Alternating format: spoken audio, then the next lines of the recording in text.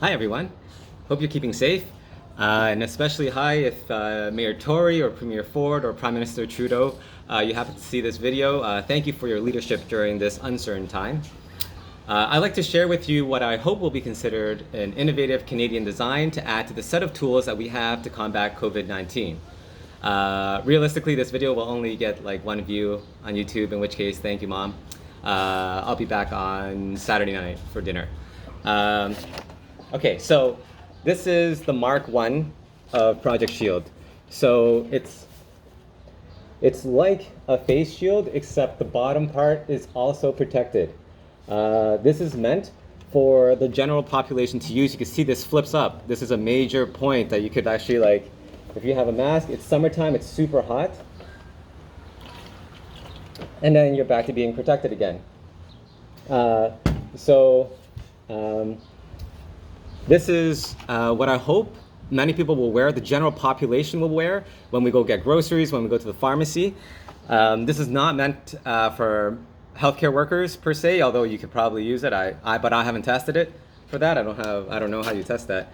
But this is meant for the general population and not for use in clinical settings, whereas these are actually meant for clinical settings that we're using in our general environment, which I don't think, I think it's something that can be improved upon, and I hope that this is something that will meet our user requirements from a general population perspective, because this is designed for the general population as opposed to this, which was designed for medical professionals in a clinical setting. So that's why I want to do this, is because this is highly uncomfortable and it's not designed for us to go get groceries. So it's Mayor Tory, Trinity Bellwood's people. It's highly uncomfortable, and after a while, you're probably going to go like this. If you go to the grocery store, you're going to see tons of people wearing their masks like this or like this, and then trying to cover up. So it's highly uncomfortable. And there's a lot of variability between the of effectiveness when you choose a different material to use. And there is a global shortage of N95 masks. Melt-blown fabric is difficult to make, or expensive to manufacture, I should say. That's the filtering that's used in N95 masks. So what I'm trying to do is create or design a PPE that's affordable, that anyone can make, that's made of things that are readily available, that's much more comfortable, and looks cool, because this kind of looks cool. Although from a mental health perspective, we don't see people smile anymore as much, and I think we in response also do not smile as much, which doesn't add to a friendly community. So a few issues with the current thing, which was designed like 100 years ago or something like that. Hopefully this is going to be something a little bit better, but hopefully Dr. Teresa Tam or other medical people would be able to opine, and we'll see. But it's definitely better than nothing, and much more comfortable than this so far, although you should continue to wash your hands and social distance and wear this if you don't mind it. So that's why I want to do this. There's some issues with the current thing, and we want to make it better. So I want to stop the spread at the community level, because the more we can stop it at the community level, the less we have to expose our healthcare heroes to the risks. So if we don't get sick, then they don't have to go to work feeling super worried about it, because there would be less people for them to treat. So it starts with us. So we got to keep safe as potential patients. We got to stay as protected as possible while maintaining our semblance of life. So to stop the spread, so this is the Canada Public Health website.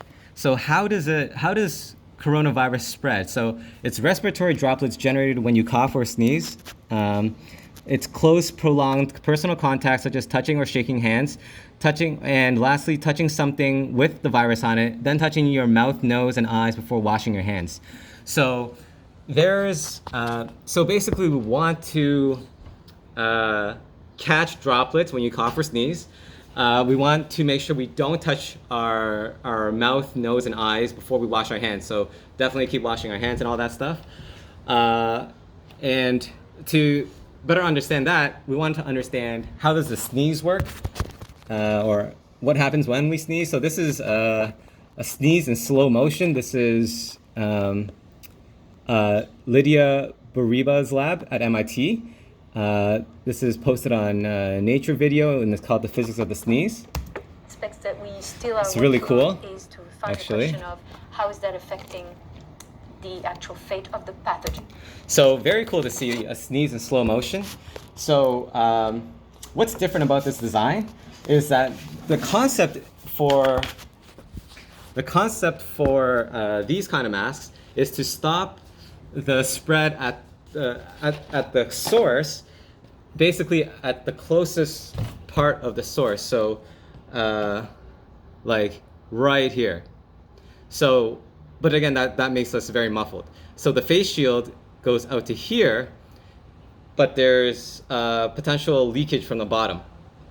So what this does, it's a different concept because there's no filter in this. This is not a filter at all. This is literally a plastic shield, piece of plastic, craft plastic that I've actually put into this shape, and I'll show you how that's done in a sec.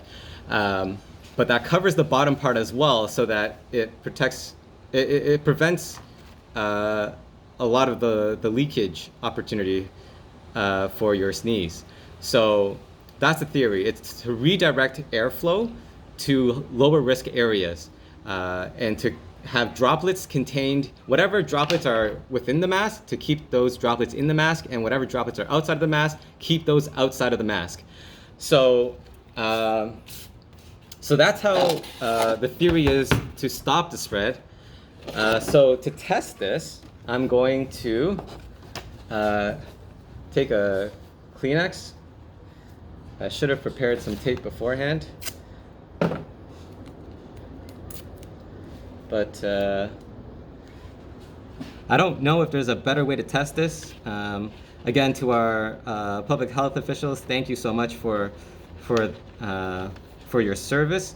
I think if we had some guidance as well on how people are making homemade masks, but we don't have a way to test them. So if there's also some guidance on, there's guidance on how you make a homemade mask, but if there's also guidance on how we can test them, that would also be great. So I just kind of made up this method. So I'm going to cut a slit into this. And this is just food coloring with water. So I'm going to try to simulate a sneeze, very high tech. So this is the wearer with the mask. So you're gonna sneeze. 1, 2, 3. Achoo, achoo. All right.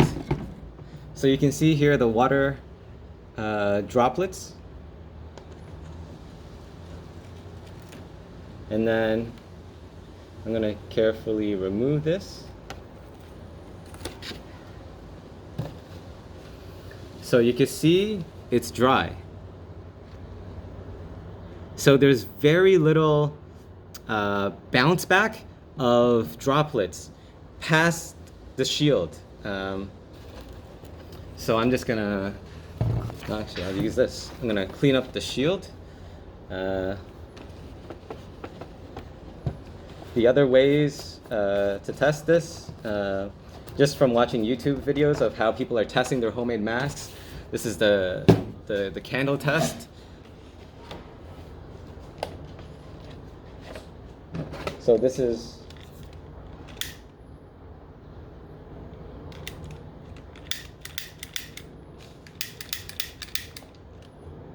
of course this doesn't work. Okay, there we go.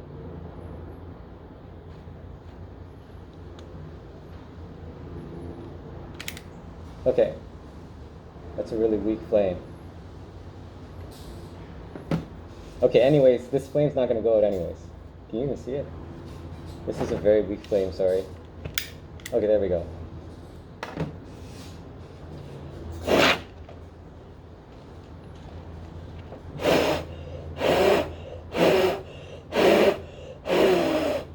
So yeah, you can see, well, you can't see it from there, but the flame's still going. As you can imagine, I'm just blowing into a plastic shield, so that's not going, like I can't sneeze on you if you're standing in front of me if I'm wearing this. So I apologize, this candle isn't very brightly lit, unfortunately, but you kind of get the idea. Also, Prime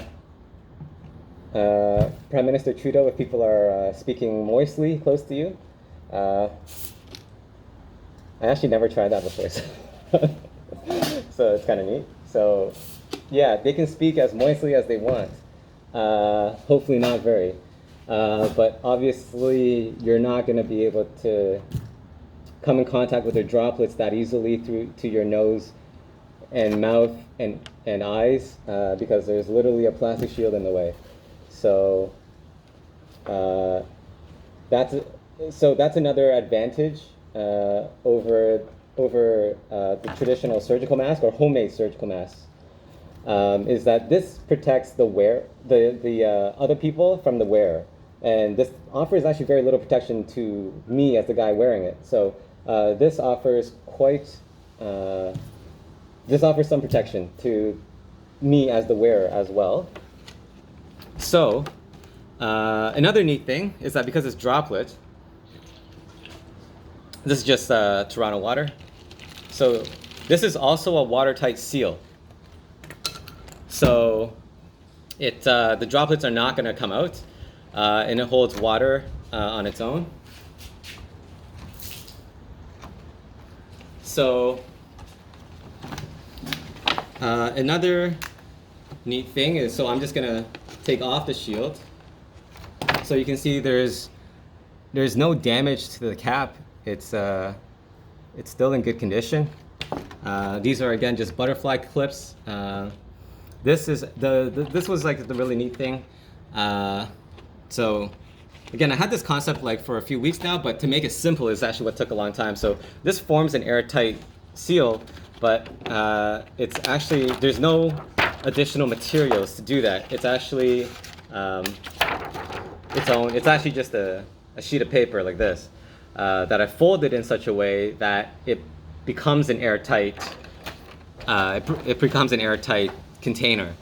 Watertight, sorry, not airtight at all. It's just a watertight container, sorry. So that's kind of the only ways that I know how to test the mask. Again, I haven't found any guidance on how to test masks effectively. So if you guys have any input on that, please let me know. So again, I think hopefully, like, when I've taken these on field tests, so grocery store workers, people at Costco, they're like, where did you get that?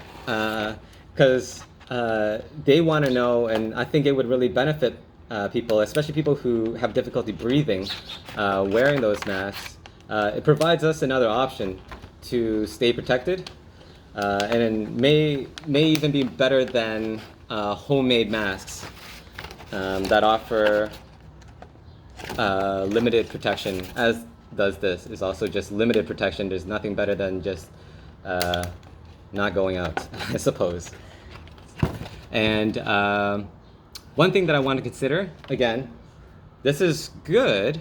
One thing to consider is that, as a thought exercise, imagine if this was never invented yet. If this hasn't been invented yet, and all that we had, all the grocery store workers and all our essential services workers were wearing this instead. They were all wearing this with their caps on. I'll attach it to the cap just so that you can see how it works. So that just clips on. Yeah. I should have rehearsed this more.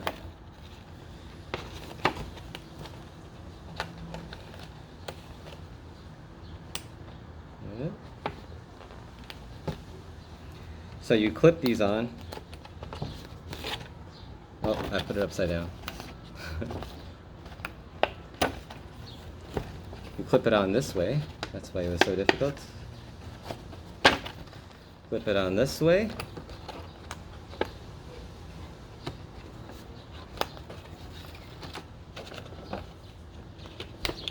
And then you're good to go.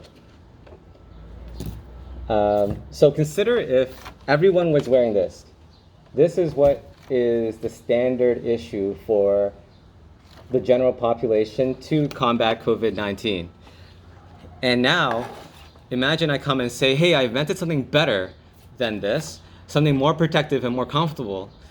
And I showed you a piece of shop cloth with 2 elastic bands on it and said, hey, just suffocate yourself a little bit with this, but it'll be okay. Which one do you think is actually better?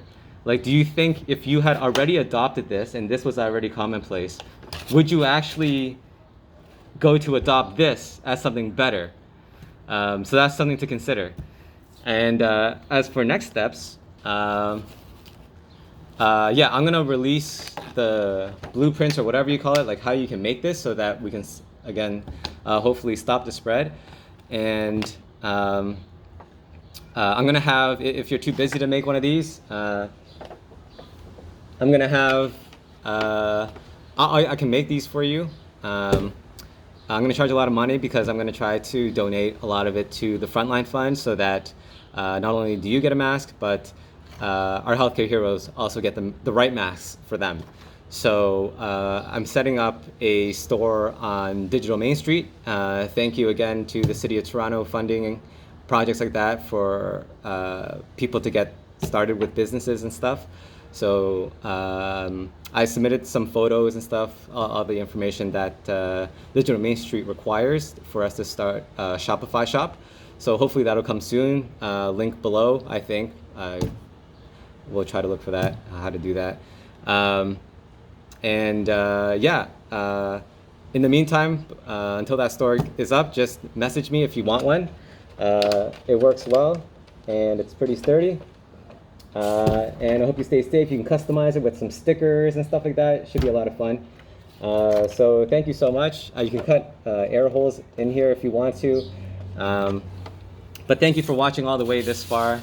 And Mom, I'll be home for dinner on Saturday. Thank you so much and stay safe.